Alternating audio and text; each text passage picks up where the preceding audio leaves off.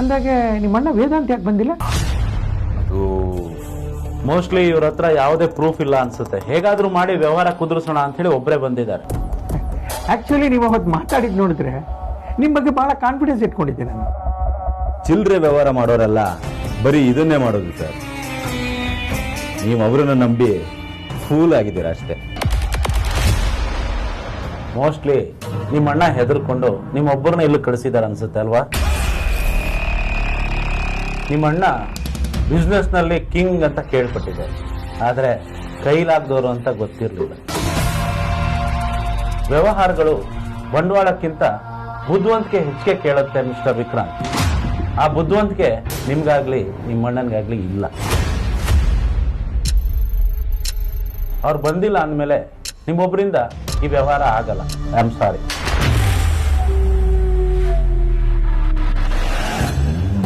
ಅಜಯ್ ಅವ್ರಿಗೆ ಬಿಟ್ಟು ನಿಮಗೆ ಪ್ರಾಪರ್ಟಿ ಕೊಡೋದಕ್ಕೆ ಯಾವ ರೀಸನ್ಸ್ ಉಳಿದಿಲ್ಲ. ನಿಮಗೆ ಪ್ರಾಪರ್ಟಿ ಬೇಕೇ ಬೇಕು ಅನ್ನೋ ದುರುದ್ದೇಶದಿಂದ ಅಜಯ್ ಅವ್ರ ಮೇಲೆ ಅಲಿಗೇಷನ್ ಮಾಡಿದ್ದೀರಾ. ನಮಗೆ ನಮ್ಮ ಪ್ರಾಪರ್ಟಿ ಮುಖ್ಯ. ಅಜಯ್ ಅವ್ರ ಡೀಲ್ ನಮ್ಗೆ ಒಪ್ಪಿಗೆ ಆಗಿದೆ, ಅವ್ರ ಜೊತೆನೆ ವ್ಯವಹಾರ ಮಾಡ್ತೀವಿ.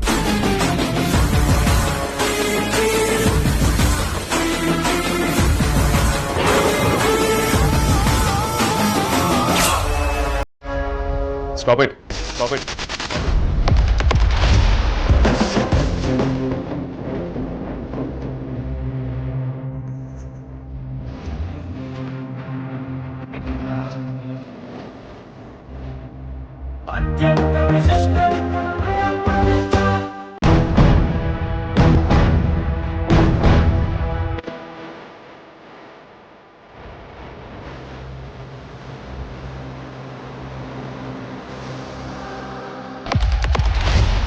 ನನ್ನ ಹತ್ರ ಅಜಯ್ ಕೊಟ್ಟಿರೋ ಪ್ಲಾನ್ಗಿಂತ ಬೆಟರ್ ಪ್ಲಾನ್ ಇದೆ.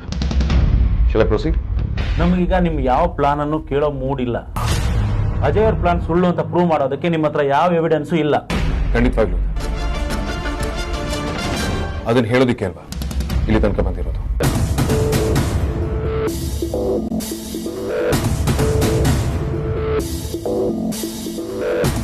ಮಿಸ್ಟರ್ ಅಜಯ್ ನನ್ನ ಪ್ಲಾನ್ನ ಕದ್ರು, ಆದರೆ ನನ್ನ ಪ್ಲಾನಿಂಗ್ ಡೀಟೇಲ್ಸ್ ನೋಡ್ಬೇಕಾಗಿಲ್ಲ. ಅದೇ ನನ್ನ ಪ್ಲಾನಿನ ಶಕ್ತಿ and my evidence too. Hello mister Vedant, ನಿಮ್ಮ ಭಾಷಣ ಕೇಳಕ್ಕೆ ಇಲ್ಲಿ ಯಾರಿಗೂ ಟೈಮ್ ಇಲ್ಲ. ಅದೇನು ಪ್ರೂಫ್ ಅಂತ ಕೊಡಿ, ಆಮೇಲೆ ನೋಡೋಣ. ಎಸ್ ವೇದಾಂತ್, ಪ್ರೂಫ್ ಕೊಡಿ. ನನ್ನ ಪ್ರಕಾರ ಈ ಪ್ರಾಪರ್ಟಿಲಿ ರೆಸಾರ್ಟ್ ಬರೋದೇ ತಪ್ಪು ಅಂತ ಹೇಳ್ತೀನಿ. ಪ್ರಾಪರ್ಟಿಯ ಒಂದು ಕಡೆ ಟೆಂಪಲ್ ಇದೆ, ಮತ್ತೊಂದು ಕಡೆ ಸ್ಕೂಲ್ ಇದೆ. ಇವೆರಡರ ಮಧ್ಯೆ ರೆಸಾರ್ಟ್ ಕಟ್ಟೋದು ಒಳ್ಳೆ ಕಲ್ಚರ್ ಅಲ್ಲ. ಪ್ರೂಫ್ ಕೊಡಿ ಅಂದ್ರೆ ಮತ್ತೆ ಅದೇ ಕತೆ ಶುರು ಮಾಡಿದ್ದಾರೆ. ಮಿಸ್ಟರ್ ಅಜಯ್, ನಾನು ಪ್ರೂಫ್ಗೆ ಬರ್ತಾ ಇದ್ದೀನಿ. ನೀವು ರೆಸಾರ್ಟ್ ಕಟ್ಟೋರು ನಿಮ್ಮ ಪ್ಲಾನಲ್ಲಿ, ಐ ಮೀನ್ ನನ್ನ ಹತ್ರ ಕದ್ದಿರೋ ಪ್ಲಾನಲ್ಲಿ ಎನ್ವೈರನ್ಮೆಂಟಲ್ ಕಾಸಸ್ ಏನೇನಿದೆ ಅಂತ ತಿಳ್ಕೊಬೋದಾ? ಏನು ಎನ್ವೈರನ್ಮೆಂಟ್ ಫ್ರೆಂಡ್ಲಿ ಯಾಕದಲ್ಲ ಈಗ? ಯಾಕಂದ್ರೆ ಈ ಪ್ಲಾನ್ ಕಂಪ್ಲೀಟ್ ಆಗಿ ನಿಮ್ದಲ್ಲ ಅಂತ ತೋರಿಸೋದಕ್ಕೆ. ನಾನು ನನ್ನ ಪ್ಲಾನಲ್ಲಿ ಸ್ಪೆಸಿಫಿಕ್ ಆಗಿ ಇನ್ಫ್ರಾಸ್ಟ್ರಕ್ಚರ್ ಬಗ್ಗೆ ಏನು ಮೆನ್ಷನ್ ಮಾಡಿಲ್ಲ. ಅದಕ್ಕೆ ನೀವು ಅದ್ರ ಬಗ್ಗೆ ಡೀಟೇಲ್ ಆಗಿ ಏನು ಹೇಳೋದಕ್ಕಾಗಿಲ್ಲ.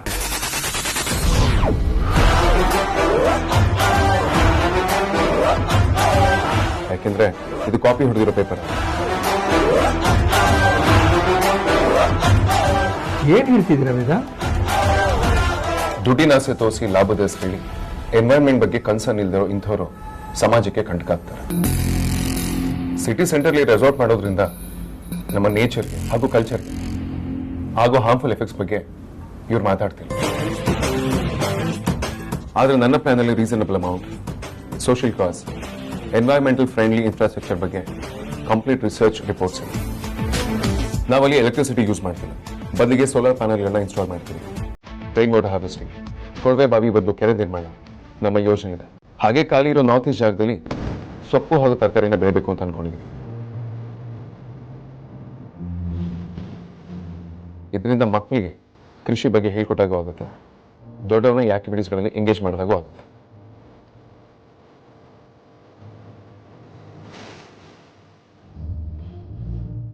ನಮ್ಮ ಈ ಪ್ಲಾನ್ಸ್ ಇಂದ ನೇಚರಿಗೆ ಒಳ್ಳೇದಾಗುತ್ತೆ ಹೊರತು ಕೆಟ್ಟದು ಅಂತ.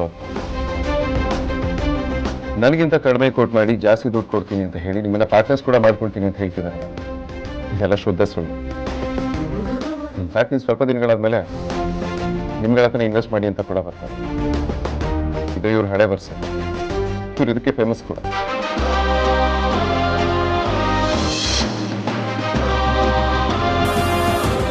ನಿಜವಾಗ್ಲೂ ಇದು ಎಕನಾಮಿಕಲ್ ಹಾಗೂ ಪ್ರಾಕ್ಟಿಕಲ್ ಪ್ಲಾನ್.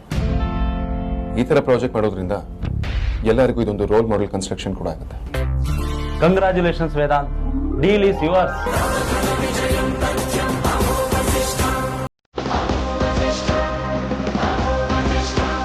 ನಿಮ್ಗೆ ಓಕೆ ಅಲ್ವಾ ಸರ್? 200% ಓಕೆ.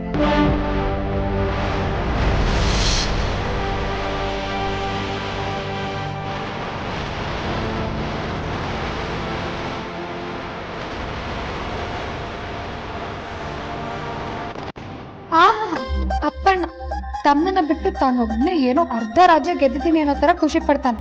ಡಬ್ಬ ನನ್ ಮಗ.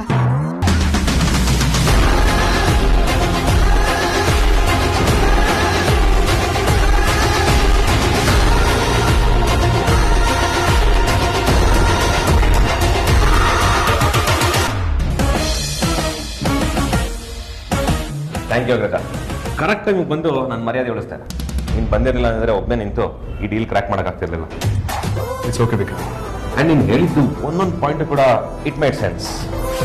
ಈ ಲೆವೆಲ್ ಪ್ರೆಸೆಂಟೇಷನ್ ಕೊಡ್ತೀಯ ಅಂತ ನಾನು ಅನ್ಕೊಂಡಿರಲಿಲ್ಲ.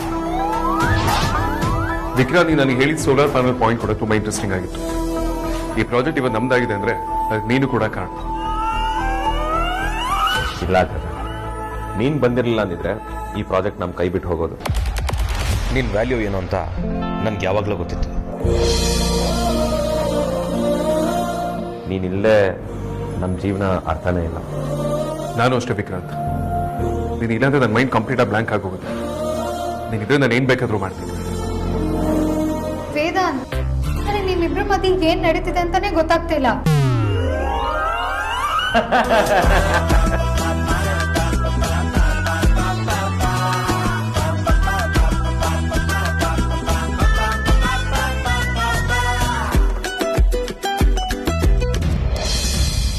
ಈ ವಿಚಾರ ನನಗೆ ನಿನಗೆ ಬಿಟ್ಟರೆ ಯಾರಿಗೂ ಗೊತ್ತಿರಲಿಲ್ಲ.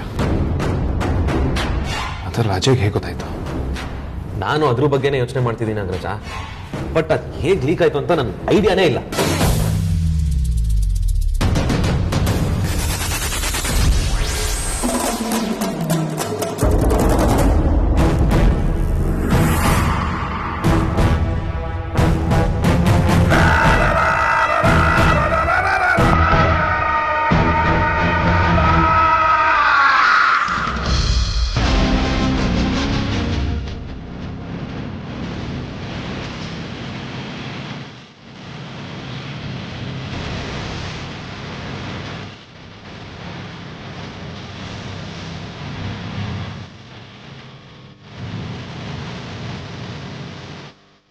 ಬಚ್ಚಿಟ್ಟಿರೋ ಮೈಕ್ ನೋಡಿ ನಮ್ಮ ಮಾತನ್ನ ಯಾರೋ ಕದ್ದು ಕೇಳಿಸ್ಕೊಳ್ತಿದ್ದಾರೆ ಅನ್ನೋದು ಕನ್ಫರ್ಮ್ ಆಯಿತು.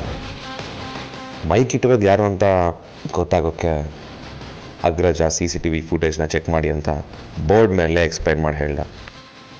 ಆದರೆ ಮೈಕ್ ಫಿಕ್ಸ್ ಮಾಡೋ ಮೊದಲು CC ಕ್ಯಾಮ್ರಾನೇ ಅವರು ಕವರ್ ಮಾಡಿದರು. ನಾವಲ್ಲಿಂದ ಬಂದ ತಕ್ಷಣ ಕಾನ್ಸ್ಟೆಂಟಾಗಿ ಯಾರೋ ನಮ್ಮನ್ನ ಗಮನಿಸ್ತಿದ್ದಾರೆ ಅಂತ ಫೀಲ್ ಆಯಿತು. ಆ್ಯಂಡ್ ಮೋರೋವರ್ ಈ ಪ್ರಾಜೆಕ್ಟ್ನ ಬಿಟ್ಕೊಡೋ ಯಾವ ಸೀನು ಇರಲಿಲ್ಲ. ಅದಕ್ಕೆ ಒಂದು ಚಿಕ್ಕದಾಗಿ ಒಂದು ಪ್ಲಾನ್ ಮಾಡೋದು. ನಮ್ಮ ಪ್ಲಾನ್ ಪ್ರಕಾರ ನಾವು ಬೇರೆ ಬೇರೆಯಾಗಿ ಮಾತಾಡೋಣ ಅಂತ ಡಿಸೈಡ್ ಆಗ್ತೀವಿ. ಹಾಗೆ ಮಾಡೋದ್ರಿಂದ ಅವನಿಗೆ ನಮ್ಮ ಮಾತು ಕೇಳೋ ಅವಕಾಶ ಇಲ್ಲ ಅಂತ ಗೊತ್ತಾಯ್ತು. ಅದಕ್ಕೆ ಆ ಪ್ಲಾನ್ನೇ ಪ್ಲೇ ಮಾಡೋದು. ಓಹೋ, ಇದಾ ವಿಚಾರ? ಎಸ್ ರೌಡಿನಗ್ನಿ, ಅವತ್ತು ಏನಾಯ್ತು ಅಂತ ನಿಮಗೆ ನೆನಪಿದ್ಯಾ? ಮಾಡಿದ್ದನ್ನ ನೀವೇ ತಿನ್ಕೊಳ್ಳಿ, ನನಗಿದು ಬೇಡ. ನಾನು ಆಫೀಸ್ಗೆ ಹೋಗ್ತಾ ಇದ್ದೀನಿ. ನಾನು ತೊಗೊಂಡು ಹೋಗಿ ಕೊಡ್ತೀನಿ. ಪ್ಯಾಕ್ ಮಾಡಿ. ಅಗ್ರಜ ನನಗೆ ಚಪಾತಿ ಕಳಿಸಿದ ನೋಡು.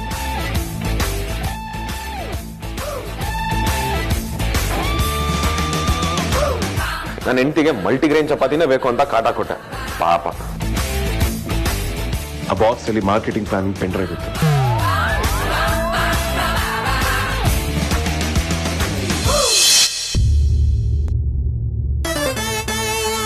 ಟಿಫಿನ್ ಬಾಕ್ಸಲ್ಲೇ pen drive. You too smart ಅಗ್ರಜ.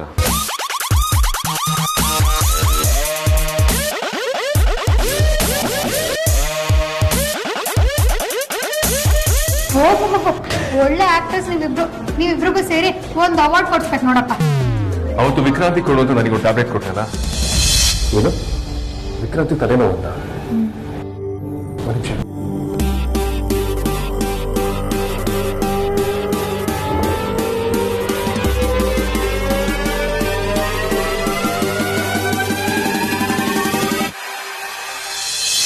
ಅದರಲ್ಲಿ ಮೆಮೊರಿ ಕಾರ್ಡ್ ಇತ್ತು.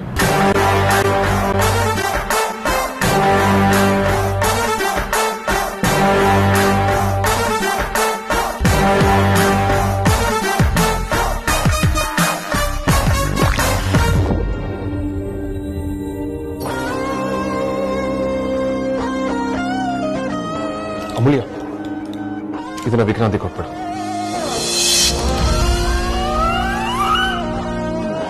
ಈ ವಿಷಯ ಎಲ್ಲೂ ಹೊರಗಡೆ ಲೀಕ್ ಆಗಬಾರ್ದು ಅಂತಾರೆ. ನಾನು ಔಟ್ ಹೌಸಿಗೆ ಶಿಫ್ಟ್ ಆಗಿತ್ತು. ಆದರೆ ನಾನು ಆಗಾಗ ಹೋಗಿ ಅಲ್ಲಿ ಡಿಸ್ಕಸ್ ಮಾಡ್ತಾನೆ ಇದ್ದೆ. ನಮ್ಮಿಬ್ಬರ ಮಧ್ಯೆ ಕಮ್ಯುನಿಕೇಶನ್ ನಡೀತಾನೆ ಇತ್ತು, ಬಟ್ ಸೈಲೆಂಟ್ ಆಗಿ. ಇದು ನಿನ್ ಸಂಬಂಧಪಟ್ಟಿರೋ ಫೈಲ್ ಅನ್ಸುತ್ತೆ, ಅಂದಲ್ಲ ತಗೋ.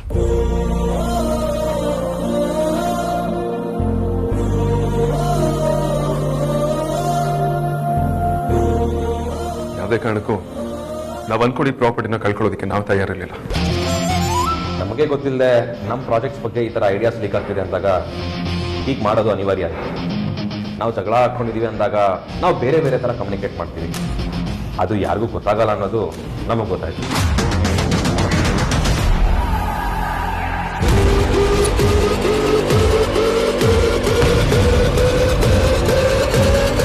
Thank you ಅಗ್ರಜ.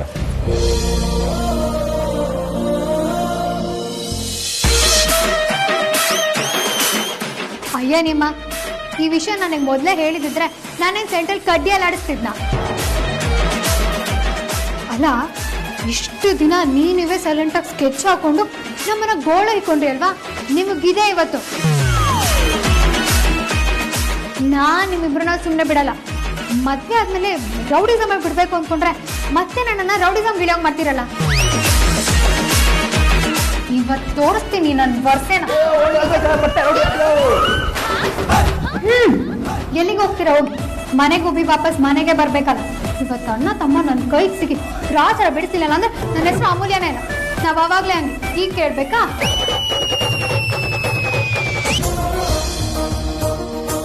ಅಪ್ಪ ಮಹಾನುಭಾವ್ರ, ನೀವಿಬ್ರು ಇಲ್ಲಿರೋರ್ಗೆ ಯಾವ ಲೆವೆಲಿಗೆ ಟೆನ್ಷನ್ ಕೊಟ್ಟಿದ್ದೀರಾ ಅನ್ನೋ ಕಲ್ಪನೆ ಕೂಡ ಇಲ್ಲ ನಿಮ್ಗೆ. ನಿಮ್ಮಿಬ್ರು ಮಧ್ಯೆ ಮನಸ್ತಾಪ ಆಗಿದೆ ಅಂತ ಎಲ್ಲರೂ ಮೆಂಟ್ಲಾಗಿದ್ದಾರೆ. ನೀವೇ ಅವ್ರನ್ನ ರಿಲ್ಯಾಕ್ಸ್ ಮಾಡಿಸಿ. ನಾನು ಕೇಳಿಸ್ತೀನಿ. 1 2 3 go.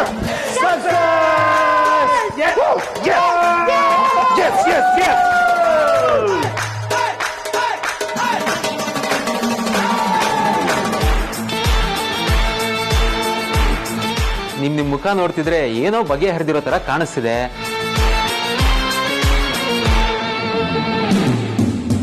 ನಿಮ್ಮ ಕೈ ಮುಗಿ ಕೇಳ್ತಿದ್ರಪ್ಪ, ಎಲ್ಲ ಓಕೆ ಅಂತ ಒಂದ್ಸಲ ಹೇಳ್ಬಿಡ್ರಪ್ಪ.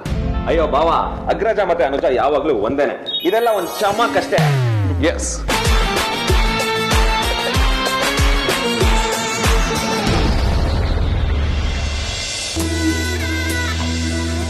ಥ್ಯಾಂಕ್ ಯು ಅಮ್ಮ. ಇಷ್ಟಕ್ಕೆಲ್ಲ ಕಾರಣ ನೀವೇ. ಒಂದು ಒಳ್ಳೆ ಕೆಲಸ ಶುರು ಮಾಡಕ್ಕೆ ಹೊರಟಾಗ ಅದ್ರ ಮಧ್ಯೆ ಎಷ್ಟೇ ವಿಘ್ನ ಬಂದರೂ ಅದು ನೆರವೇರುತ್ತೆ ಅನ್ನೋದಕ್ಕೆ ಇದೇ ಸಾಕ್ಷಿ. ಆಗ್ಲಪ್ಪ, ನೀವಿಬ್ರು ಮತ್ತೆ ಒಂದಾಗಿ ಬಂದ್ರಲ್ಲ, ನಂಗೆ ಅದೇ ಖುಷಿ. ನೀವಿಬ್ರು ಸರಿ ಹೋದ್ರಲ್ಲ, ನಂಗೆ ಅಷ್ಟು ಸಾಕು. ಎಲ್ಲ ಸರಿನೇ ಇತ್ತಮ್ಮ, ಆದ್ರೆ ಡ್ರಾಮಾ ಮಾಡ್ತಾ ಇದ್ವಿ ಅಷ್ಟೇ. ಅಂಡ್ ನಮ್ ಗೆಲ್ವಿಗೆ ಆ ಡ್ರಾಮಾನೇ ಕಾರಣ ಆಯ್ತು.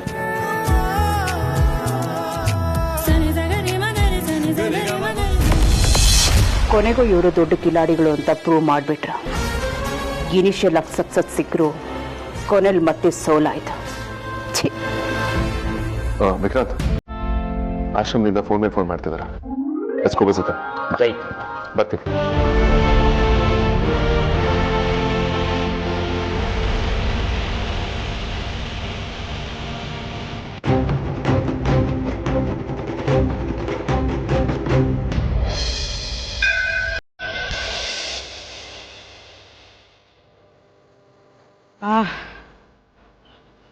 ಬೆಳಗ್ಗೆಯಿಂದ ಹೂ ಕಟ್ಟಿ ಕಟ್ಟಿ ಸುಸ್ತಾಗೋಯ್ತು ಪಾಪ. ದಿನ ಬೆಳಗಾದರೆ ಇದೇ ಕೆಲಸ ಮಾಡೋರು ಅದು ಹೇಗೆ ಮಾಡ್ತಾರೋ ಏನೋ. ಒಂದೇ ಸಮ ನಿಂತ್ಕೊಂಡು ಹೂ ಕಟ್ಟಿದ್ನಾ ಈ ಕಾಲು ಜೋ ಹಿಡಿದ್ಬಿಟ್ಟಿದೆ. ಮನೆಗೆ ಹೋಗಿ ಅಡುಗೆ ಬೇರೆ ಮಾಡಬೇಕು. ಆ ಬಸ್ಸಲ್ಲಿ ವಿಪರೀತ ರಶ್ ಇರುತ್ತೆ, ನಿಂತ್ಕೊಳ್ಳೋಕ್ಕೂ ಜಾಗ ಇರಲ್ಲ. ಏನು ಮಾಡೋದೀಗ?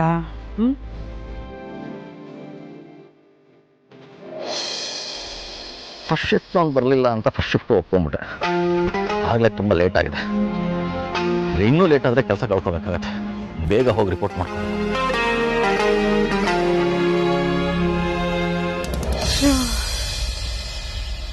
ಬಸ್ಸಲ್ಲಿ ಬೇಡ ನಡ್ಕೊಂಡು ಹೋಗೋಣ ಅಂತ ಬಂದೆ.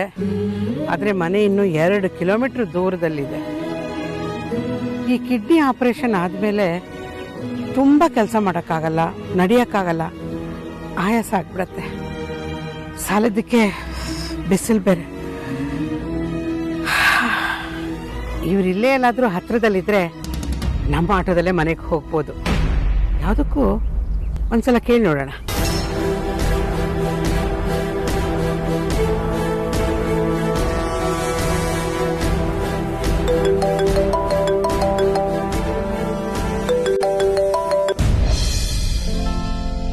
ಹಲೋ ರೀ, ಎಲ್ಲಿದ್ದೀರಾ? ಯಾಕೆ ಬರೀ ಏನಾಯ್ತು? ಏನಾದರೂ ಸಮಸ್ಯೆನಾ? ಸಮಸ್ಯೆ ಏನೂ ಇಲ್ಲ ರೀ. ಮನೇಲಿ ತರಕಾರಿ ಎಲ್ಲ ಖಾಲಿ ಆಗಿತ್ತಾ, ತಗೊಂಡು ಹೋಗೋಣ ಅಂತ ಬಂದೆ. ಯಾಕೋ ನಡೆಯೋದಕ್ಕೆ ಸ್ವಲ್ಪ ಸುಸ್ತಾಗ್ತಾ ಇತ್ತು. ನೀವಿಲ್ಲೇ ಎಲ್ಲಾದರೂ ಹತ್ರದಲ್ಲಿದ್ದರೆ ಜೊತೆಗೆ ಹೋಗೋಣ ಅನ್ಕೊಂಡೆ ಅಷ್ಟೆ. ಪಾಪ, ಯಾವತ್ತೂ ಕೇಳದೆ ಇರೋಳು ಇವತ್ತು ಯಾಕೋ ಆಟೋದಲ್ಲಿ ಹೋಗಬೇಕು ಅಂತ ಕೇಳ್ತಾ ಇದ್ದಾಳೆ. ತುಂಬ ಸುಸ್ತಾಗಿದೆ ಅಂತ ಕಾಣಿಸುತ್ತೆ. ಡ್ಯೂಟಿ ಅವರ್ಸಲ್ಲಿ ಇಲ್ಲಿಂದ ಕದಲೋ ಹಾಗೂ ಇಲ್ಲ. ಅವಳು ನಾನು ಆಟೋ ಓಡಿಸ್ತಾ ಇದ್ದೀನಿ ಅಂತ ಅಂದ್ಕೊಂಡಿದ್ದಾಳೆ. ಈಗೇನು ಮಾಡೋದು? ನನ್ನನ್ನು ಕ್ಷಮಿಸು ಪರಿ. ರೀ, ಯಾಕೆ ಏನು ಮಾತಾಡ್ತಿಲ್ಲ? ಪರಿ, ಅದು ನಾನು ಈಗ ಬರೋಕ್ಕಾಗಲ್ಲ. ಮನೆಯಿಂದ ತುಂಬ ದೂರದಲ್ಲಿದ್ದೀನಿ. ನೀನು ಬಸ್ ಹತ್ಕೊಂಡು ಮನೆಗೆ ಹೋಗು. ಅಯ್ಯೋ, ಹೌದಾ? ಪರವಾಗಿಲ್ಲ ಬಿಡಿ. ರೀ ರೀ, ರಾತ್ರಿ ಊಟಕ್ಕೆ ಎಷ್ಟು ಗಂಟೆಗೆ ಬರ್ತೀರಾ? ಇಲ್ಲ ಪರಿ, ನಾನು ಬರೋದಕ್ಕಾಗಲ್ಲ. ನಾನು ಇಲ್ಲೇ ಏನಾದರೂ ತಿನ್ಕೋತೀನಿ. ನೀವು ನನಗೋಸ್ಕರ ಕಾಯಕ್ಕೆ ಹೋಗ್ಬೇಡಿ. ನೀವು ಊಟ ಮಾಡಿ, ನಾನು ಬೆಳಗ್ಗೆ ತಿಂಡಿಗೆ ಬರ್ತೀನಿ. ರೀ, ನೀವು ಮನೇಲಿ ಊಟ ಮಾಡಿ 1 ವಾರದ ಮೇಲಾಯ್ತು. ನೀವು ದಿನ ಹೊರಗಡೆನೆ ಊಟ ಮಾಡಿದ್ರೆ ನಿಮ್ಮ ಆರೋಗ್ಯ ಏನಾಗ್ಬೇಕು ಹೇಳಿ? ಅದೆಲ್ಲ ನನಗೆ ಗೊತ್ತಿಲ್ಲ. ನೀವು ಮನೆಗೆ ಊಟಕ್ಕೆ ಬರ್ತಿದ್ದೀರಾ ಅಷ್ಟೇ. ಇಲ್ಲ ಪರಿ, ರಾತ್ರಿ ಹೊತ್ತೆ ಬಾಡಿಗೆ ಜಾಸ್ತಿ ಸಿಗೋದು. ಆ ಟೈಮ್ನಲ್ಲಿ ನಾನು ಮನೆಗೆ ಬಂದು ಮತ್ತೆ ಇಲ್ಲಿಗೆ ವಾಪಸ್ ಬಂದರೆ ಆಗ ಸಂಪಾದನೆನೂ ಆಗೋದಿಲ್ಲ. ನೀನು ನನ್ನ ಬಗ್ಗೆ ಏನು ಯೋಚನೆ ಮಾಡಬೇಡ. ನಾನು ಎಲ್ಲಾದ್ರೂ ಊಟ ಮಾಡ್ಕೋತೀನಿ. ಎಲ್ಲಿ ಸರ್? ಮಲ್ಲೇಶ್ವರಂಗ? ಬನ್ನಿ ಬನ್ನಿ, ಕೂತ್ಕೊಳ್ಳಿ. ಬರೀ ಒಂದು ಬಾಡಿಗೆ ಇದೆ, ನಾನು ಹೋಗ್ತಾ ಇದ್ದೀನಿ. ನಾನು ನಿನಗೆ ಆಮೇಲೆ ಫೋನ್ ಮಾಡ್ತೀನಿ.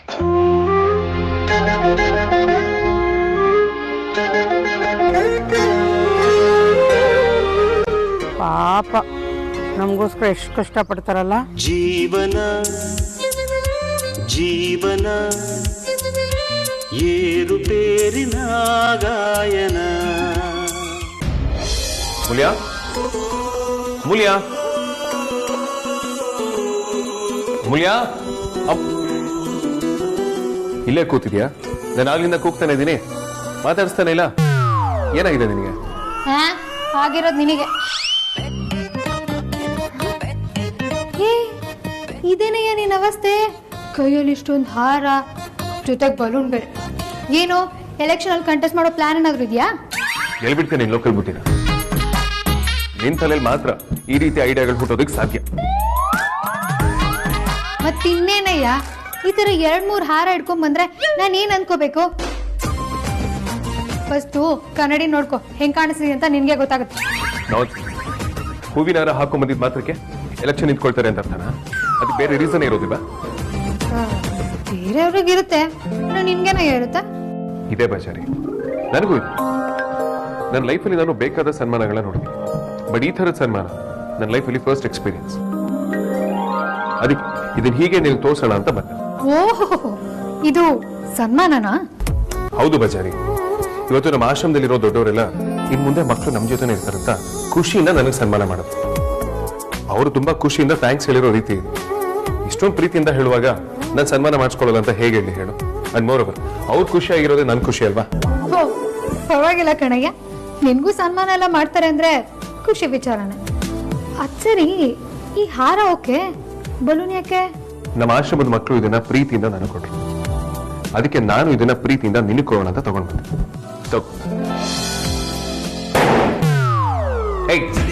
ಮಕ್ಕಳು ಪ್ರೀತಿಯಿಂದ ಕೊಟ್ಟಿರೋ ಬಲೂನ್ಸ್ ಇದು, ಇದನ್ನ ಬಸ್ ಮಾಡ್ತಿಲ್ಲ, ತಲೆ ಕೆಡೋಗಿದ್ಯಾ ನಿಂಗೆ? ಮತ್ತಿನ್ನೇನಯ್ಯ, ನೀವ್ ಅಣ್ಣ ತಮ್ಮ ಸೇರ್ಕೊಂಡು ನನ್ ತಲೆ ಕೆಡೋ ತರ ಮಾಡಿಲ್ವಾ? ಮಾಡಿರೋ ಗನಂದಾರಿ ಕೆಲ್ಸಕ್ಕೆ ಬಲೂನ್ ಅಲ್ಲ, ನಿಮ್ ತಲೆ ಹೊಡಿಬೇಕು, ಆಗ್ಲೇ ನಿಮಗೆ ಬುದ್ಧಿ ಬರೋದು. ಬಚಾರಿ, ನೀನ್ ತೀರಾ ಈ ಲೆವೆಲ್ಗೆ ರೋಚಿಗೆ ಹೇಳೋ ತರ ನಾವೇನು ಮಾಡಿ. ಹೌದೌದೌದು, ನೀನ್ ಹೇಳ್ತೀಯಾ, ನಾನು ಕೇಳ್ತೀನಿ ಅಲ್ವಾ? ಇಬ್ರು ಸೇರ್ಕೊಂಡು ಮನೆನ ಡಿವೈಡ್ ಆಗೋ ಲೆವೆಲ್ಗೆ ತಗೊಂಡ್ ಹೋಗಿರ್ಲಿಲ್ವಾ? ಅದು ನಿಮ್ಗೆ ಡ್ರಾಮಾ ಆಗಿರ್ಬೋದು, ಆದ್ರೆ ನಾನು ಅದೇ ನಿಜ ಅನ್ಕೊಂಡು ಇಷ್ಟು ಟೆನ್ಷನ್ ಮಾಡ್ಕೊಂಡಿದ್ದೆ ಗೊತ್ತಾ? ಟೆನ್ಷನ್ ಕೊಟ್ಟು ನೀವ್ ಹಾಯಾಗಿದ್ರಿ ಅಲ್ವಾ?